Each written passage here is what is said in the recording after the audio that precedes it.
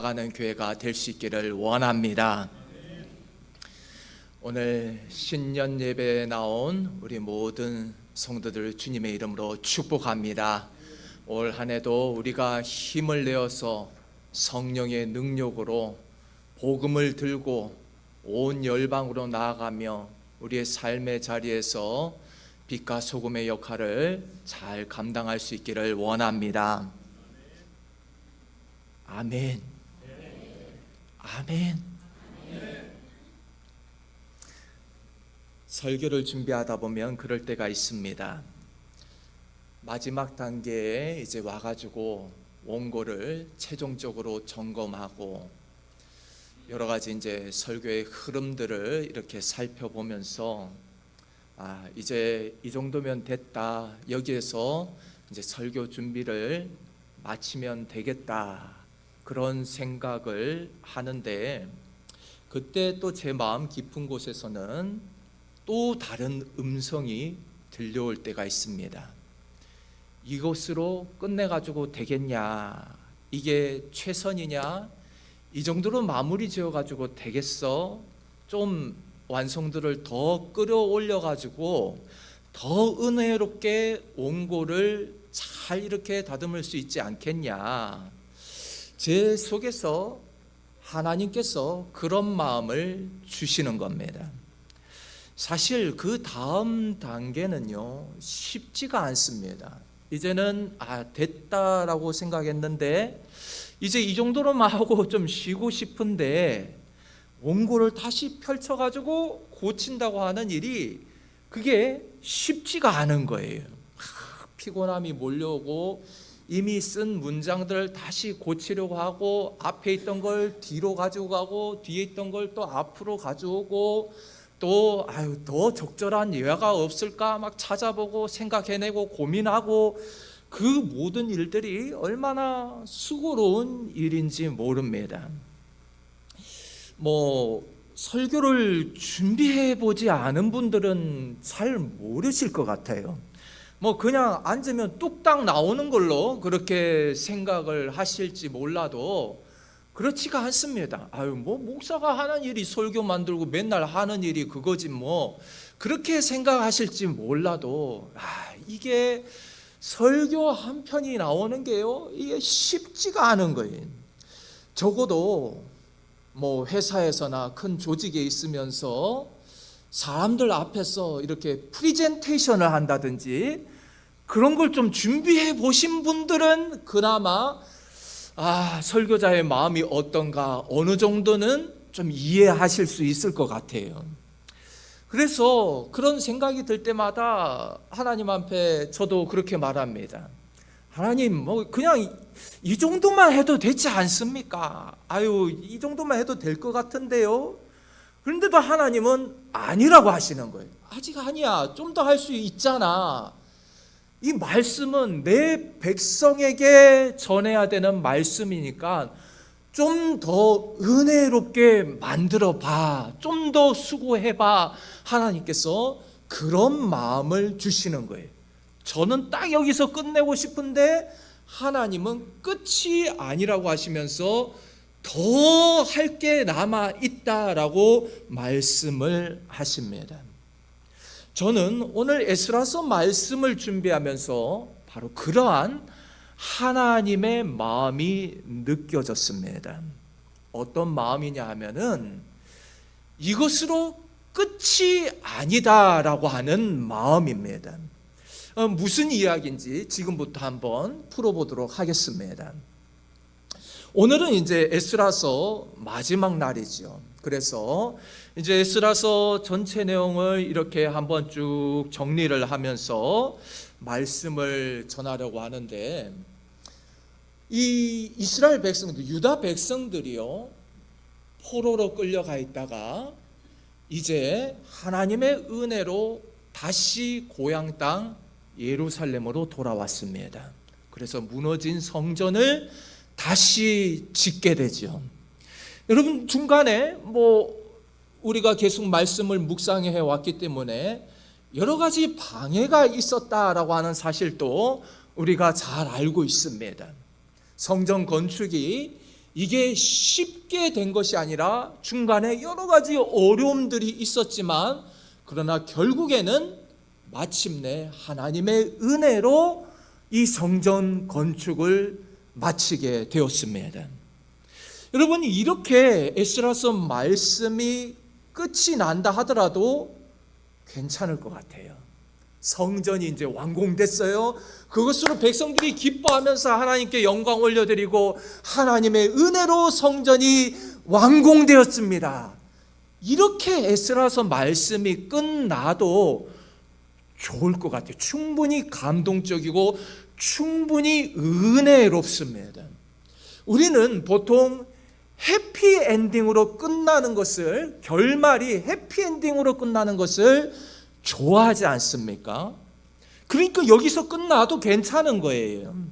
이스라엘 백성들이 포로에 끌려가 있다가 그 어려운 시절을 다 이제 이겨내고 다시 돌아와서 하나님의 은혜로 다시 성전을 지었습니다.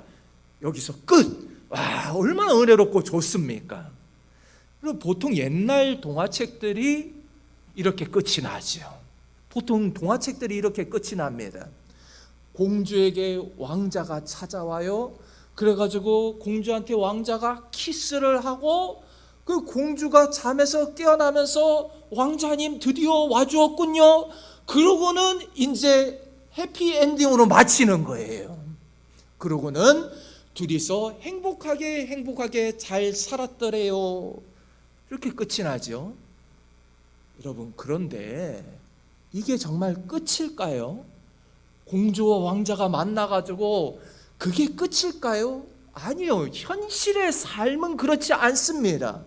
둘이 만나가지고 이때는 좋지만 앞으로 살아갈 날들이 쉽지 않은 거예요.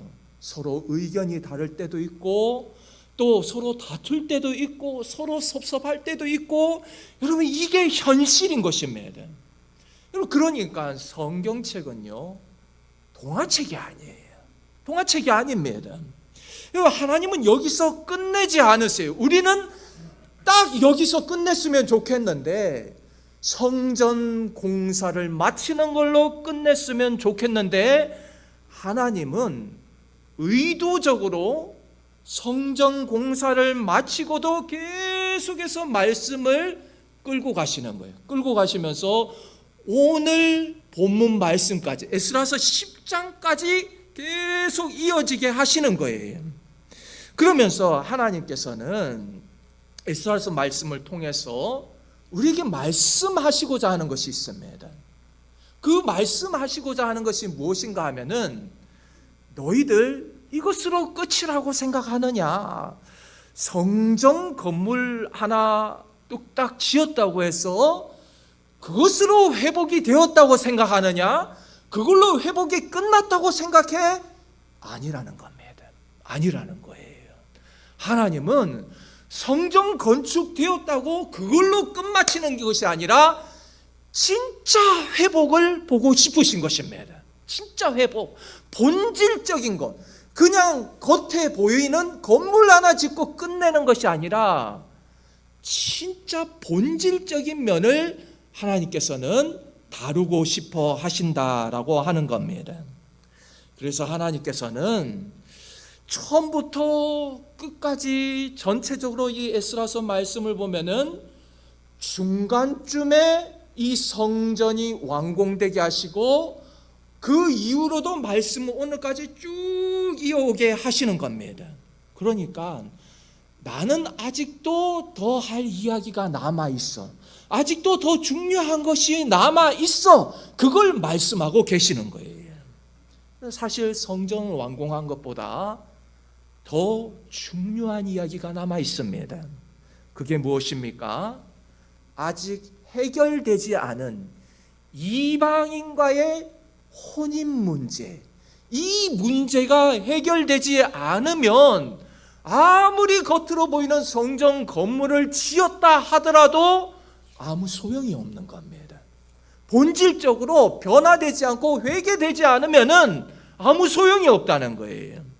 그래서 하나님께서는 이 에스라서의 마지막 부분을 우리가 듣기에는 아주 불편한 내용들로 채우고 계십니다. 이방인과의 혼인 문제가 나오고 있고요. 그 다음에 이방인 아내들을 쫓아내고 가정이 해체되어지는 그런 이야기들이 나오는 거예요. 아픔의 이야기들이 나오고 있습니다. 그러니까 에스라서 뒷부분은요, 오늘 본문을 포함해서 사실 이 편안한 본문이 아닙니다. 은혜가 되고요, 위로하고 격려하고 잘 될 수 있어 소망을 주고 그런 말씀이 아니라는 거예요.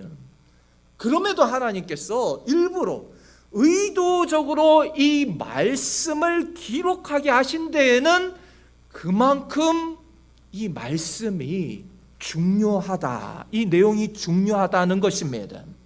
불편하지만, 듣기에는 불편하지만 그럼에도 중요하다. 왜 그렇습니까? 지금 이 사건은요, 공동체의 이 미래, 공동체의 정체성을 새롭게 결정짓는 너무나도 중요한 사건들이기 때문입니다. 여러분, 하나님께서는 오늘 에스라서 10장을 통하여서 진짜 회복이 무엇인지를 우리에게 묻고 계십니다. 진짜 회복이 뭐냐? 우리는 보통 회복이다 그러면요, 예배 사람들이 많이 나오고 사람들이 가득가득 앉아있고 교회 재정이 안정되고 그러면 그것으로 회복됐습니다. 이야, 드디어 우리 교회가 회복됐습니다. 교회 빚을 다 갚았어요? 그러면은 회복됐어요. 막 예배 사람들이 많이 나오면 그걸로 회복이 됐다, 이렇게 생각을 합니다. 그런데 하나님은 정말로 그것으로 회복이 끝이 난 거냐라고 묻고 계신 거예요. 그게 전부냐? 그것으로 회복이 다 끝난 거냐? 성전은 완공되었지만 하나님은 그것이 끝이 아니라고 말씀하고 계십니다. 오히려 성전 짓고 난 그 다음이 더 중요한 거예요. 그 이후의 일들이 더 중요한 거예요. 회개하고 돌이키고 마음에서 하나님을 향하여서 나아가는 것, 그것이 정말로 중요하다라고 하는 겁니다. 그래서 오늘 말씀은요, 오늘 본문은 성전이 다 지은 것보다 더 중요한 신앙의 본질적인 면을 다루고 있습니다. 오늘 말씀을 보면 이제 에스라가 성전 앞에서 눈물을 흘리면서 엎드려서 회개하는 장면으로 시작이 되고 있습니다. 지난 시간에도 말씀을 드렸지만 에스라가 특별히 개인이 하나님 앞에 저지른 죄 때문에 이렇게 회개하는 것이 아니라 이스라엘 공동체 전체의 죄를 가지고 이것을 나의 죄로 여기면서 에스라가 하나님 앞에 나아가서 엎드려 회개하고 있는 겁니다. 여러분, 이스라엘 공동의 죄, 이것이 무엇입니까? 바로 이방인과의 그 혼인, 이방인과 결혼한, 하나님의 말씀 율법을 어기고 이방인과 결혼한 그것에 대해서 이제 회개를 하고 있는 거예요. 이방인의 혼인에 대해서는 지난 시간에 또 자세하게 말씀을 드렸어요. 이게 왜 잘못인가? 이게 왜 하나님 앞에 죄악인지, 그것에 대해서 우리는 이미 지난 시간에 자세하게 말씀을 나누었습니다. 하나님의 백성에게 가장 중요한 것이 뭐냐 하면은 바로 거룩함과 성결함, 구별됨입니다. 구별됨. 그런데 이들은 이방인과 혼인을 함으로 인하여서 구별됨을 상실하게 된 거죠. 구별됨. 이방인들과 다르다고 하는 그 거룩함과 구별한 됨을 상실하게 된 것입니다. 정말로 큰 문제는 무엇이냐? 지금 당장에는 뭔가 문제가 되지 않는 것 같다 할지라도 이방인과의 혼인을 통하여서 이방의 우상 문화와 이방의 타락한 제약의 문화가 이제 이 신앙 공동체 안으로, 하나님을 섬기는 공동체 안으로 들어올 수 있는 길이 열리게 되었다라고 하는 겁니다. 지금 당장은 문제가 생기지 않을 수 있어요. 그러나 앞으로 10년, 20년 후에 이 공동체가 여전히 유일신 하나님만을 섬기는 그런 공동체로 남을 수 있는가라고 하는 겁니다. 그럼 가정에서의 신앙교육이 얼마나 중요한데, 이 이방인 아내들이 자식에게 하나님에 대해서 가르치겠느냐라고 하는 거예요. 자신이 믿지도 않는 하나님에 대해서 그 자녀들을 데려다가 하나님은 어떤 분이시고 하나님께서 우리 민족에 어떤 은혜를 베푸셨고 여기까지 인도하셨고, 그런 걸 이방인 아내들이 자녀들에게 가르치겠느냐라고 하는 겁니다. 오히려 이방의 문화들, 이방에 타락되고 죄악된 우상의 문화가 자녀들에게 흘러가게 되고 그런 영향을 더 받을 수밖에 없다라고 하는 겁니다. 그래서 에스라가 이 일로 인해서 하나님 앞에 엎드립니다. 하나님, 이 공동체가 앞으로 어떻게 되겠습니까? 하나님, 우리를 용서하여 주시옵소서. 그렇게 하나님 앞에 회개하면서 부르짖을 때에 오늘 말씀을 보니까 백성들 중에서도 한 사람 한 사람씩 그 에스라가 회개하는 그곳에 모여들기 시작합니다. 그래서 함께 엎드려서 에스라와 함께 기도하는 거예요. 함께 회개하는 겁니다. 사람들이 많이 몰려들었습니다. 이때 스가냐라고 하는 사람이 등장을 하는데, 이 스가냐라고 하는 사람은요, 그렇게 에스라만큼 중심 인물은 아니에요. 그런데 이 사람이 이렇게 말합니다. 이 모든 아내, 그러니까 이방인 아내들을 말하는 것이죠. 이 모든 아내와 그들의 소생을 다 내보내기로 우리 하나님과 언약을 세우고 율법대로 행할 것이다. 말씀대로 이 이방인 아내들하고 소생들을 쫓아내야 된다라고 하는 겁니다. 그러니까 지금 스가냐는요, 에스라가 하려고 하는 일에 힘을 실어주고 있습니다. 에스라에게 힘을 실어주고 있는, 지도자에게 힘을 실어주고 있는 거예요. 여러분, 이어서 4절 말씀을 보면, 4절 말씀 한번 보십시오. 4절 말씀에 이 스가냐가 계속해서 뭐라고 말하는가 하면요, 우리 4절 말씀을 함께 읽겠습니다. 시작. 이는 당신이 주장할 일이니 일어나소서, 우리가 도우리니 힘써 행하소서 하니라. 아멘. 여러분, 뭐라고 말하고 있습니까? 에스라여 일어나소서, 에스라여 일어나소서, 우리가 힘을 다해 돕겠습니다. 당신이 하려고 하는 그 일을 속히 행하십시오. 힘을 내십시오. 사람들을 두려워하지 마십시오. 용기를 가지고 담대함으로 그 일을 이루십시오라고 힘을 다하고 있는 것입니다. 여러분, 이런 말을 들으면 얼마나 에스라가 힘이 나겠습니까? 지금 이 이방인 아내들을 쫓아내고 공동체에서 끊어내는 일, 이 쉬운 일이 아니에요.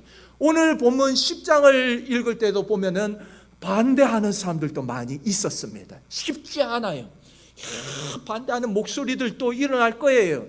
그런데 스가냐 같은 사람이 일어나가지고 에스라여 우리가 돕겠습니다.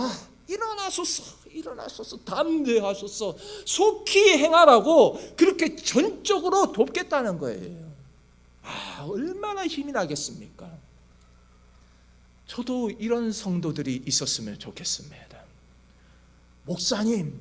목사님이 하려는 일을 전적으로 담대히 밀어붙이십시오. 우리가 전적으로 돕겠습니다. 기도하면서 돕겠습니다. 목사님 무슨 얘기를 하든지 하나님의 뜻으로 생각하고 따르겠습니다. 그런 분들이 있으면 얼마나 좋겠는가, 그런 생각을 하는 거예요. 여러분, 우리 교회에 그런 분들이 계셨으면 좋겠습니다. 저에게 힘을 실어주시고 앞에 서 있는 영적 지도자에게 좀 힘이 나도록 이렇게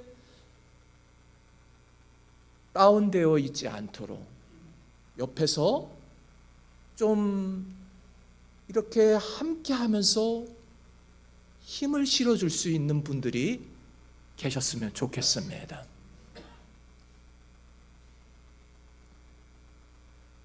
여러분, 여기서 중요한 것은 무엇입니까? 이 공동체가 다시 회복되기 위해서 이 회복의 기준을 무엇으로 세웠는가라고 하는 겁니다. 공동체가 새로워지고 회복되기 위해서 무엇을 기준으로 세울 것인가? 오늘 말씀을 보면은, 오늘 본문을 보면은 하나님의 말씀이 기준이 되는 것이에요. 하나님의 말씀이 기준이 되었습니다. 이게 중요합니다. 누구의 기분을 상하게 하지 않을까? 누구를 섭섭하게 하지 않을까? 그것이 중요한 것이 아니라 전적으로 하나님의 말씀만이 기준이 되고 있는 것입니다. 사람의 기분을 막 살피면서 이걸 이렇게 결정을 내리면 사람들이 반발할 텐데, 이방인 아내를 쫓아내자고 그러면은 사람들이 반대하고 일어설 건데, 그러면서 사람들이 기분을 살피는 것이 아니라 하나님의 말씀이 뭐냐는 거예요. 하나님의 말씀. 여러분, 저는 우리 세운교회와 우리 성도들의 삶의 기준이 오로지 하나님의 말씀이 되기를 주님의 이름으로 축복합니다. 사실 교회에서도 일하다 보면요, 하나님의 말씀이 기준이 되기보다는 사람의 기분이 기준이 될 때가 얼마나 많은지 모릅니다. 교회에서 사람을 한 명 세울 때도, 예를 들어서 구역장을 한 사람 세운다고 하면은요, 분명히 이 분은 구역장을 맡겨도 그렇게 구역원들을 챙길 분이 아니에요. 다른 섬기는 일들은 잘할지 몰라도 달란트가 구역장을 맡을 달란트가 아니에요. 각자마다 다 달란트가 다른 겁니다. 그런데도 불구하고 오래됐으니까 이름을 올려놔야 된다는 겁니다. 아니면 섭섭해한다는 거예요. 여러분, 이것이 하나님 일을 하면서 사람 기분을 살피는 일입니다. 하나님의 말씀이 기준이 되지를 못하고 구역장으로 이 사람 올려놔야 됩니다. 목사님, 이 사람 안 올려놓으면 섭섭해한다는 거예요. 다른 분야들도 다 똑같아요. 여러분, 교회 일을 하면서도 하나님 말씀이 기준이 아니라 사람 기분 살펴가면서 사람 감정이 더 우선되고, 여러분, 교회 일은 그렇게 하는 게 아닙니다. 교회 일은 그렇게 하는 게 아니에요. 그런데 많은 경우에 섭섭해하니까 그렇게 해오는 거예요. 그렇게 해오는 겁니다. 어쩔 수 없이 섭섭해하니까. 여러분, 저희들은 온전히 하나님의 말씀만이 기준이 되어야 할 줄로 믿습니다. 여러분, 에스라는요, 스가냐가 하는 말을 듣고서는요, 그가 막 이제 힘을 실어주니까 이 말을 듣고는 이제 즉각적으로 행동하기 시작합니다. 여러분, 의사가 환자를 살리려고 하면 어떻게 해야 됩니까? 저 환자를 그냥 놔두면은 그냥 죽는 거예요. 그러면은 이 환자를 수술대에 올려가지고 환부를 도려내고 날카로운 메스로 그 환자의 그 피부에 칼집을 내야지 그 환자를 살릴 수가 있는 것입니다. 여러분, 이와 마찬가지로 에스라는 지금 무너진 신앙 공동체를 다시 살리기 위해서 아픔이 있을 것도 알고 반대하는 의견들이 있을 것도 알지만 쉽지 않은 일이지만은 큰 결단을 내리는 것입니다. 그리고 여기서부터요, 에스라서 이 10장 오늘 본문의 말씀이 분위기가 완전히 달라지기 시작합니다. 지금까지는 눈물을 흘리면서 회개하는 그런 모습들이 나오다가 이제 중간에 바뀌는 거예요. 어떻게 바뀌느냐? 회개를 하다가 이제 결단의 자리까지 나가게 되는 것입니다. 눈물만 찔끔 흘리다가 마는 것이 아니라 정말로 이 말씀대로 내가 살겠습니다. 그리고 실행하는 단계까지 나아가고 있는 것입니다. 여러분, 오늘 본문 말씀은요, 우리에게 아주 중요한 사실을 깨닫게 해주고 있습니다. 그것은 눈물 조금 쏟는다고 해서 회개가 끝이 나는 것이 아니라, 눈물은 시작일 수 있지만은 그 눈물로만 끝나서는 안 된다는 것이에요. 여러분, 회개는 반드시 삶의 방향을 틀어서 삶의 방향을 다른 곳으로 향하게 하는 그 자리까지 나아가야 하는 줄로 믿습니다. 여러분, 우리는 회개다 그러면 이거를 회개를요 너무 감정적으로만 생각하기가 쉽습니다. 감정적으로 눈물 한번 흘리고 마음 아파하고 죄책감을 느끼고 그러면은 회개했다고 생각합니다. 그러나 성경이 말하는 회개는요 그렇지 않습니다. 성경이 말하는 회개는 언제나 방향을 전환시키는 것을 말하고 있습니다. 방향을 전환시키는 거예요. 여러분, 한번 생각해 보십시오. 울면서도 가던 길을 그대로 계속해서 가고 있으면요, 그거는 진정한 회개가 아니에요. 바람피는 배우자가요, 아무리 울면서 싹싹 빌어도 내가 잘못했어 여보 그러면서도요, 또 다시 다른 사람을 찾아가면은요, 아무리 울어봤자 아무 소용이 없는 거예요. 진정으로 돌이킨 것이 아닌 것입니다. 울어도 아무 소용이 없는 거예요. 오늘 본문에서 중요한 것은 백성들이 우는 것으로만 끝난 것이 아니라 삶의 방향을 완전히 전환했다, 완전히 돌이켰다라고 하는 것입니다. 여러분, 이것이 진정한 회개인 줄로 믿습니다. 여러분, 오늘 우리의 문제는요, 이방인과 결혼하는 문제가 아니지요. 이방인과 결혼한다고 오늘 이방인이 어디 있겠습니까? 외국 사람하고 결혼한다고 그게 문제가 되겠습니까? 여러분, 그러나 우리도 분명히 오늘 본문 말씀에 나오는 이스라엘 백성들처럼요, 하나님을 최우선순위에 두지 않고 신앙을 최우선순위에 두지 않고 말씀대로 살지 않고 말씀을 저 우선순위에서 밀려나게 할 때가 너무나도 많이 있었다라고 하는 겁니다. 이방인과 혼인하는 그것만 문제가 되는 것이 아니라 다른 모습, 다른 형태로 나타나고 있지만 본질적으로는 하나님을 최우선으로 여기지 않는 삶을 우리도 똑같이 살아가고 있다는 그런 이야기입니다.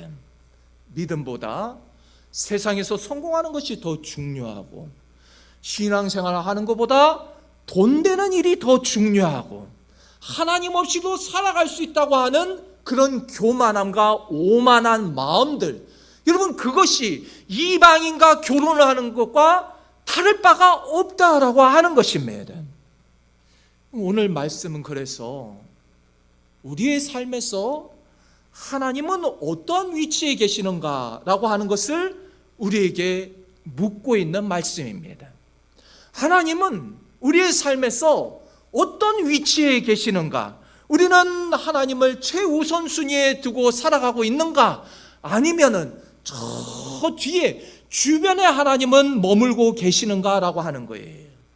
교회 안에서는 하나님이 나의 주인이 되시는데 세상에 나가서는, 직장에 가서는 하나님이 저 뒤에 밀려나 계시는 거예요. 세상에 살면서는 세상의 논리대로, 세상의 기준대로 살아가는 것입니다. 여러분, 그런데 우리의 문제는 또 무엇인가 하면요, 하나님을 완전히 배제시키지는 않습니다. 하나님을 완전히 밀어놓지는 않아요. 그래도 어느 정도는 믿음이 있기 때문에, 어느 정도는 신앙이 있기 때문에, 신앙 양심이 있기 때문에 어느 정도는 하나님을 밀어내지는 않습니다. 그러나 문제는 하나님을 완전히 밀어내고 하나님을 아예 모른다 하는 것이 아니라 우선순위가 어디 있는가라고 하는 거예요. 우선순위가 어디 있느냐? 그래서 오늘 말씀에서 중요한 질문은 이것입니다. 하나님은 내 삶에서 어느 정도의 위치에 계시는가? 하나님은 내 삶에서 어느 정도의 위치에 계시는가라고 하는 겁니다. 나의 삶에서 무엇이 하나님보다 앞서고 있는가? 시간이 하나님보다 더 앞설 수도 있고요. 또 세상의 성공이 하나님보다 더 앞설 수 있고요. 돈이 하나님보다도 더 앞설 수가 있고, 또 관계, 다른 사람과의 관계가 하나님보다 우선이 될 수가 있는 것입니다. 오늘 말씀에서도요, 이방인 아내가 하나님보다 더 우선이었던 것이에요. 이스라엘 백성들의 문제가 바로 이것입니다. 하나님의 말씀은 분명히 이방인과 결혼하지 말아라, 섞이지 말아라, 너희들은 거룩함을 지키고 구별됨을 지키라고 했는데 하나님 말씀 지키지 않는 거예요.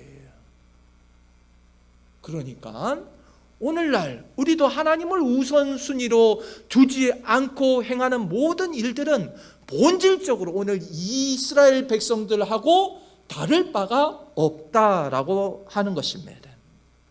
여러분, 중요한 것은 이제는 돌이켜야 됩니다. 돌이켜야 되는 거예요. 삶의 방향을 완전히 다르게 전환시켜야 됩니다. 하나님은 완전한 사람을 찾으시는 것이 아니라 하나님은 회개하고 엎드리고 방향을 전환할 줄 아는 사람을 찾으시는 줄로 믿습니다. 눈물로 끝내지 않고 순종으로까지 이어지는 믿음을 하나님께서는 보기를 원하시는 거예요. 여러분, 오늘 말씀은 우리가 기대하는 바대로 끝나지 않습니다. 성전 공사가 완공되고 모든 것이 다 회복되고 모든 것이 제자리로 다 돌아왔습니다. 이렇게 끝나지 않습니다. 우리가 기대하는 바가 아니에요. 그러나 오늘 본문은 더 중요한 것을 우리에게 말하고 있습니다. 이스라엘 신앙 공동체가 이제 삶의 방향을 바꾸기 시작했다라고 하는 겁니다. 여러분, 이것은 그 무엇보다도 중요합니다. 그 무엇보다도 중요한 것, 삶의 방향을 전환시켰다라고 하는 것은 무엇보다도 중요한 거예요. 여러분, 우리는 하나님의 역사를 결과로만 판단하려고 합니다. 얼마나 많은 사람들이 모였는가, 얼마나 빠른 변화가 일어났는가, 얼마나 눈에 띄는 성과가 있었는가, 이것으로 우리는 판단을 하려고 하지만은 하나님이 보시는 기준은 다르다는 거예요. 하나님은 우리가 삶의 방향을 바꾸기를 원하십니다. 삶의 방향을 바꾸기를 원하시는 거예요. 그래서 오늘 에스라서 10장은 이스라엘 공동체의 정말 고통스러운 역사이고 고통스러운 역사의 기록입니다.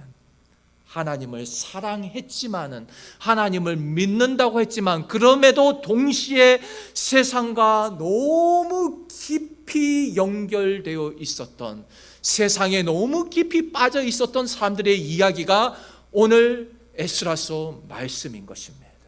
그렇기 때문에 이 말씀은 예전 이스라엘 백성들의 이야기일 뿐만 아니라 오늘을 살아가는 우리의 이야기이기도 한 것입니다. 여러분, 예배를 회복했어요. 그들은 이제 겉으로 보여지는 모습은 완전히 회복된 것 같이 보입니다. 성전 건물도 지어 올렸어요. 그러나 아직 삶의 방향은 정리가 되지 않은 거예요. 여러분, 저희들도 똑같지 않습니까? 매 주일마다 나와서 예배는 드리지만 여전히 우리의 삶의 방향은 틀어지지 않고 하나님을 기쁘시게 하는 삶을 살아가기보다는 세상의 기준에 맞춰서 살아갈 때가 많다라고 하는 것입니다. 여러분, 그렇기 때문에 오늘 말씀은 바로 우리의 말씀인 줄로 믿습니다. 우리의 말씀인 거예요. 여러분, 오늘 이 말씀을 통하여서 이스라엘 백성들과 같이 우리의 삶의 방향을 다르게 하나님을 향하여서 나아갈 수 있는 저와 여러분이 되시기를 주님의 이름으로 축복합니다. 말씀을 듣고 눈물 한번 쏟아내고 그래 내가 잘못 살았지 그러면서도 가던 길 똑같이 걸어가는 것이 아니라 이제는 내 안에 정리해야 될 것들을 정리하고 아프지만 끊어내야 될 것들 과감하게 끊어내고 그래야 해서 하나님 앞에서 거룩함을 지키고 구별된 삶을 살아갈 수 있는 우리 성숙한 신앙 공동체가 되기를 주님의 이름으로 축복합니다. 함께 기도하겠습니다.